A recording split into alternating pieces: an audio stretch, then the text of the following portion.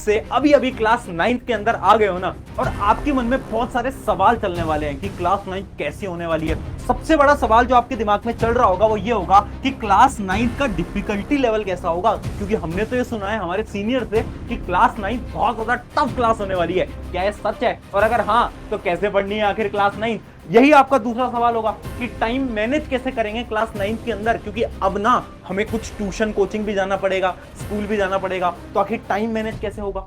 उसके अलावा पढ़ाई कहां से करनी है, क्या यूट्यूब की मदद से भी पढ़ाई करी जा सकती है क्या, इसका भी आंसर दूंगा। उसके अलावा वीक सब्जेक्ट्स, कुछ सब्जेक्ट्स आपके वीक होंगे, जैसे कि कुछ बच्चों की साइंस वीक होगी, किसी की एसएसटी वीक होगी। अब जो मेरे जो वीक सब्जेक्ट्स हैं उन पे मैं कैसे काम करूं कि क्लास 9th के अंदर मेरे वीक सब्जेक्ट्स भी स्ट्रांग बन जाएं। तो जो आपकी सारी प्रॉब्लम्स है ना, इनका सोल्यूशन आज मैं लेकर आ गया हूं। तो सबसे पहले तो मैं बता देता हूं, मेरा नाम है प्रशांत। मुझे प्रशांत सर नहीं बोलते, मुझे प्यार से अपना प्रशांत भैया बोला जाता है। शायद आप मेरे इस चेहरे को पहली बार देख रहे होंगे।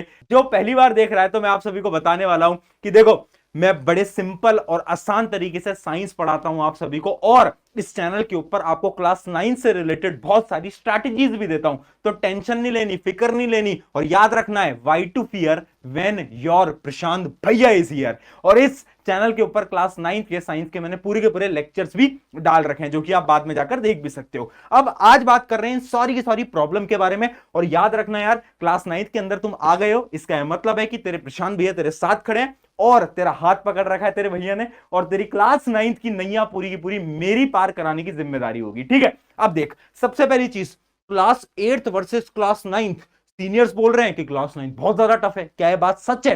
तो इसका आंसर है हाँ, बिल्कुल सच है। देख, झूठ नहीं बोलूंगा, क्लास 8 तक ना तुम्हारी बुक्स जो थी बड़ी आसान थी, है ना। तुम्हारी साइंस की एक किताब थी। अब क्लास 9th के अंदर साइंस की एक ही बुक होगी, बट उसके अंदर 3 पार्ट्स के अंदर डिवीजन हो जाएगा। यानी एक पार्ट होगा फिजिक्स, एक होगा बायोलॉजी, एक होगा केमिस्ट्री। तो इसे 3 पार्ट्स के अंदर आपकी जो साइंस की किताब है वो ऑलमोस्ट बढ़ जाती है। उसके अलावा जो एसएसटी जैसा सब्जेक्ट है वो भी थोड़ा सा टफ हो जाता है क्लास 8 के कंपैरिजन में। मैथ्स जो सब्जेक्ट है वो भी थोड़ा सा टफ हो जाता है। यानी हम ओवरऑल ये बोल सकते हैं कि जो क्लास 9th है वो क्लास 8 के कंपैरिजन में थोड़ी टफ होती है। एकदम सच बात है। अब क्या इस चीज से हमें घबराना है, क्या हमें इस चीज से डरना है? नहीं, एक सिंपल सी चीज बता रहा हूं जो कि है माइंडसेट। अगर तुमने शुरू में यह सोच लिया ना कि क्लास 9 तो बहुत टफ होगी, मुझसे तो कुछ नहीं हो पाएगा, मेरे तो मार्क्स नहीं आ पाएंगे, तो तुम्हारे मार्क्स कभी नहीं आने वाले। तुम्हें क्या करना है, अपना एक माइंडसेट बनाना है।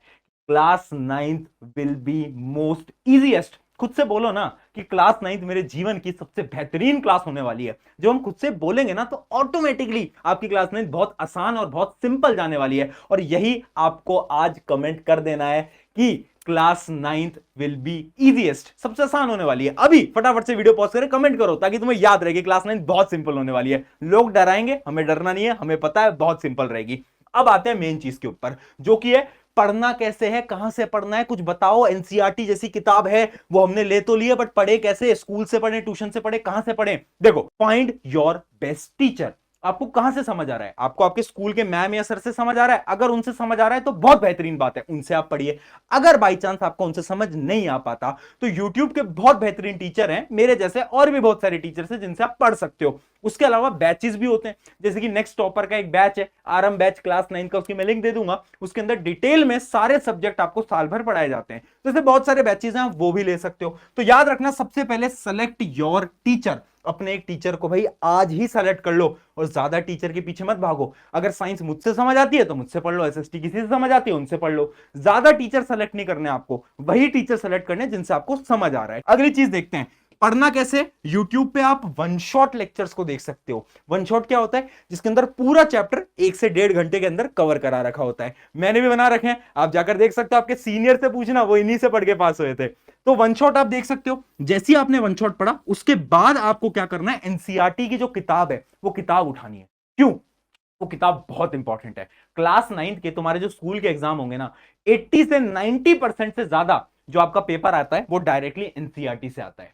तो अब तुम्हें क्या करना है, एनसीईआरटी उठानी है और एनसीईआरटी रीड करनी है, और उसके साथ साथ एनसीईआरटी में अंडरलाइन भी करना है। देखो, एनसीईआरटी में अंडरलाइन करने से पहले घबराया मत करो। मैंने बहुत सारे स्टूडेंट्स की आदत देखी है कि एनसीईआरटी गंदी हो जाएगी। अरे टेंशन मत लो, जो तुम्हें इंपॉर्टेंट लग रहा है उसको अंडरलाइन करते चलो। यही बेस्ट तरीका होता है एनसीईआरटी पढ़ने का। ठीक है, वन शॉट देखा और फिर एनसीईआरटी पढ़ी। डायरेक्टली एनसीईआरटी पढ़ने मत बैठ जाना, वरना कुछ समझ नहीं आएगा।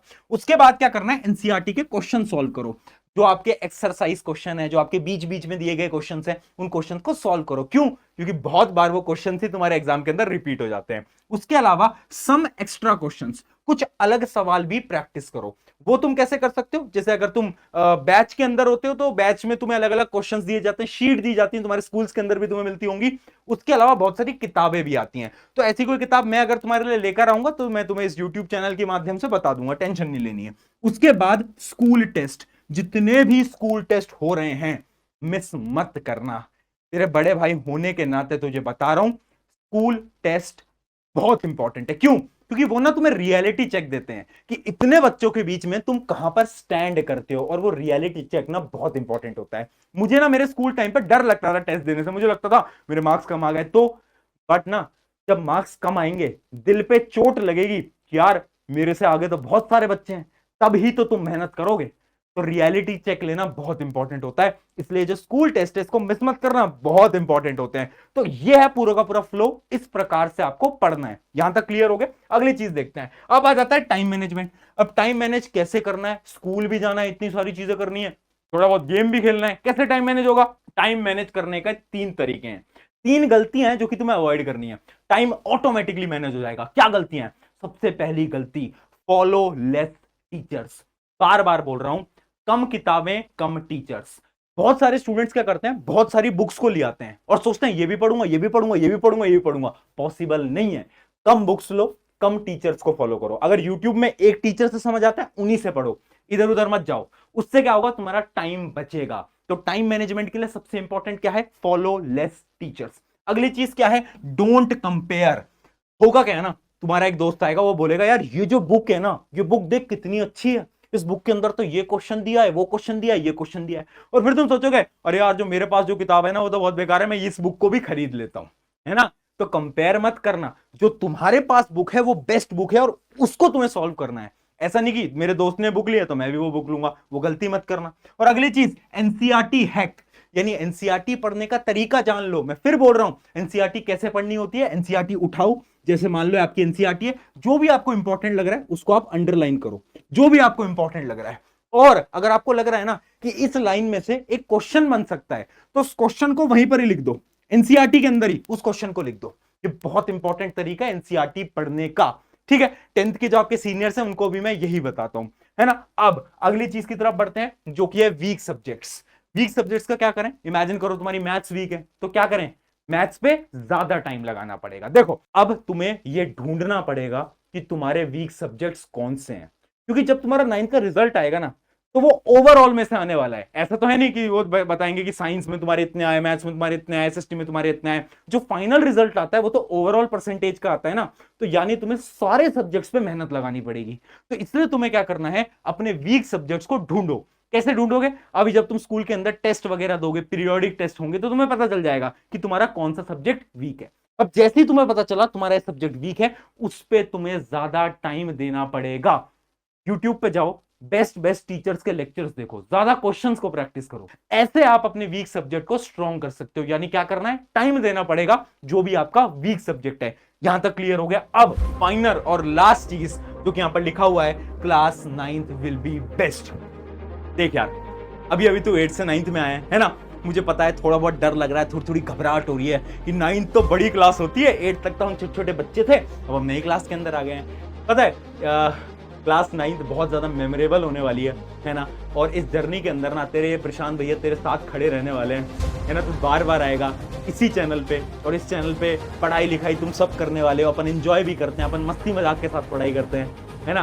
तो बहुत मज़ा आने वाला है, ये बहुत मेमोरेबल जर्नी होगी अपनी साथ में। तो टेंशन नहीं लेनी है, जब जब तुझे प्रॉब्लम होगी तेरे प्रशांत भैया तेरे साथ खड़े रहेंगे। और याद रखना एक लाइन जो मैं हर एक स्टूडेंट को बोलता हूँ, मुस्कुराएं हमेशा, छुपाएं गम। उन लोगों को तो वक्त बताएगा कौन है हम, यानी वो जो लोग जो कि तुमसे बोल रहे हैं ना कि तुम नहीं कर पाओगे, फोड़ोगे तुम क्लास में, मुझे तुम पे विश्वास। ऑन दिस नोट, शुक्रिया एवरीवन, मैं हूं आप सभी का अपना प्रशांत भैया। Welcome to this channel. मिलते रहेंगे इसी चैनल के ऊपर, बहुत सारी स्ट्रैटेजीज, लेक्चर, वीडियो सब मिलेगा। Take care, love you all.